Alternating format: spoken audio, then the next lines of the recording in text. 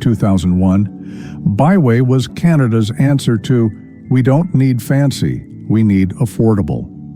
This no-frills discount chain stripped retail down to its essence: basic merchandise, basic fixtures, and basic prices that stretched your payday dollar further. Walking into Byway felt like entering a warehouse that happened to sell clothes. Wire baskets instead of carts, cut case displays instead of pretty shelving, and that distinctive fluorescent hum that said, "We're spending money on low prices, not ambiance." The big block BIWAY letters outside promised exactly what you'd find inside: honest value. Byway served working families who needed school clothes, work socks, and household basics without the markup. They were the payday stretch store, the place you shopped when budgets were tight but kids still needed winter coats.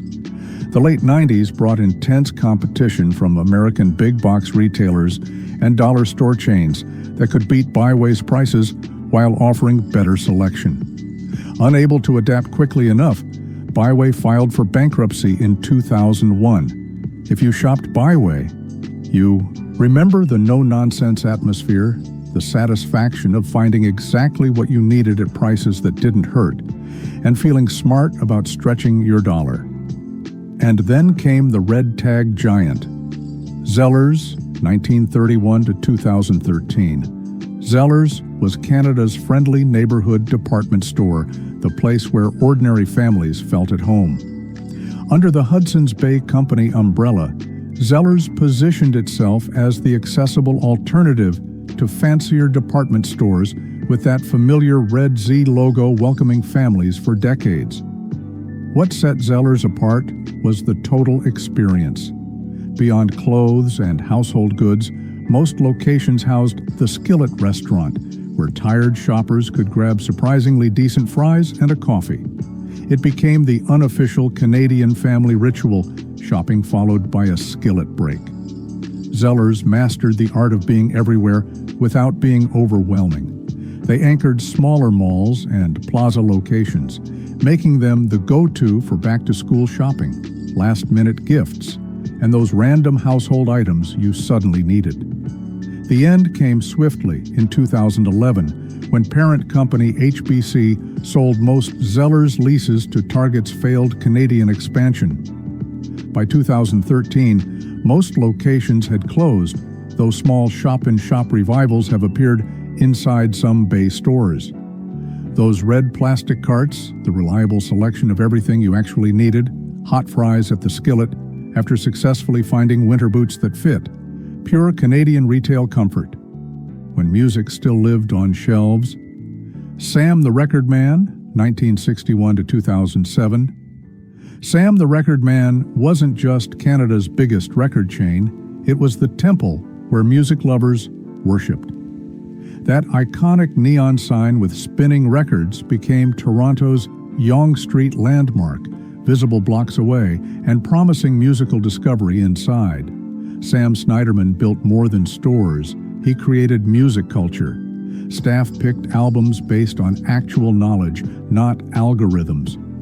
New Release Tuesdays brought lineups around the block. Boxing Day sales became legendary, with devoted fans camping out for deals on everything from Beatles imports to Canadian indie releases. The flagship Yonge Street location was Music Mecca, 3 floors of vinyl, cassettes, and later CDs, organized by genre but encouraging exploration. You'd go in for one album and emerge hours later with arms full of discoveries, guided by handwritten staff recommendations and those distinctive orange price stickers. Digital downloading killed the physical music business overnight. Even Sam's massive scale couldn't compete with instant, invisible music delivery. The final stores closed in 2007, though the neon sign was preserved as a heritage artifact. Running your fingers through plastic-wrapped CDs, discovering new artists through listening stations, and that Christmas morning feeling of unwrapping a perfect album, Sam's made music shopping an event. If Sam's was the city kid, this next one was pure suburban weekend. Jumbo Video, late. 1980s to 2000s Jumbo Video understood that renting movies wasn't just about the films. It was about the entire Friday night ritual. Walk through those doors and immediately hit that wall of buttery popcorn aroma, free for customers and guaranteed to put you in movie mood. These weren't the biggest video chains, but they were distinctly Canadian, focusing on smaller cities and suburban locations where they became weekend destinations for families. The selection leaned toward crowd pleasers and new releases, with staff who actually watched movies and could recommend something perfect for your Saturday night. The browsing experience was pure tactile pleasure, rows of clamshell VHS cases to flip through, later joined by DVD spine art. Kids would work through the kids section while parents debated between action and comedy, everyone eventually meeting at the checkout with tonight's entertainment. The Be Kind Rewind era ended when Netflix mail service and early streaming made physical rental obsolete virtually overnight. Most Jumbo locations closed in the early 2000s, unable to compete with convenience delivered to your mailbox. That butter salt smell hitting you at the door, the satisfying snap of VHS cases closing, and the shared anticipation of family movie night, Jumbo turned movie rental into a neighborhood tradition. Some chains disappeared by rebranding rather than closing. Towers Department Stores, 1960s to 1990. Towers occupied that sweet spot between discount and department store, offering affordable fashion and housewares in Ontario and Quebec shopping centers. They were the reliable middle option, nicer than pure discount chains, but more accessible than upscale department stores. The Towers aesthetic was pure 1970s mall anchor. Gold and brown signage, wide aisles with that distinctive escalator whoosh echoing through multiple floors, and housewares sections that felt like browsing through a middle-class Wish catalog. They understood suburban families wanted style without breaking the budget. Towers served the growing suburban market perfectly, anchoring plaza shopping centers and early enclosed malls. Their housewares floor became a weekend destination for newlyweds and young families furnishing their first homes, while the clothing sections offered work-appropriate fashion at department store quality with discount store prices.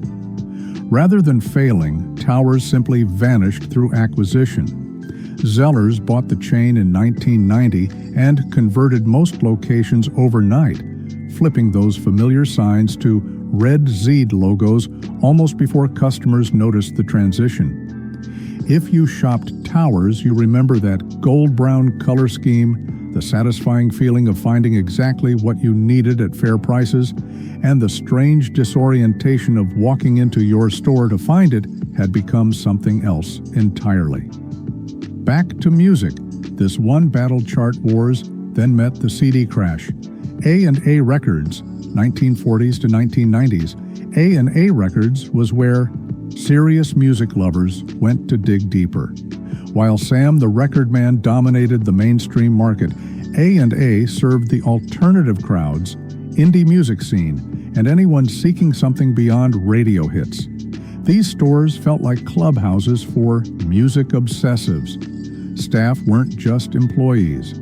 They were curators who hand-wrote recommendation notes under albums, created "If you like this, try that" displays, and hosted in-store acoustic sets by local musicians.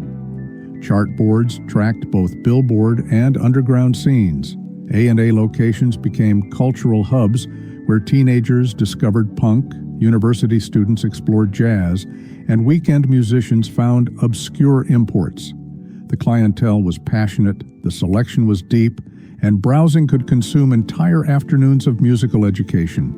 The same forces that killed Sam's hit, A&A, even harder. Smaller scale meant less bargaining power with distributors, and their alternative focus made them vulnerable when CD sales crashed. Most locations closed during the 1990s music industry upheaval. Those handwritten staff notes that felt like personal letters, the thrill of finding import singles nowhere else carried, and the security clips on cassettes that somehow made music feel more precious. A&A made record shopping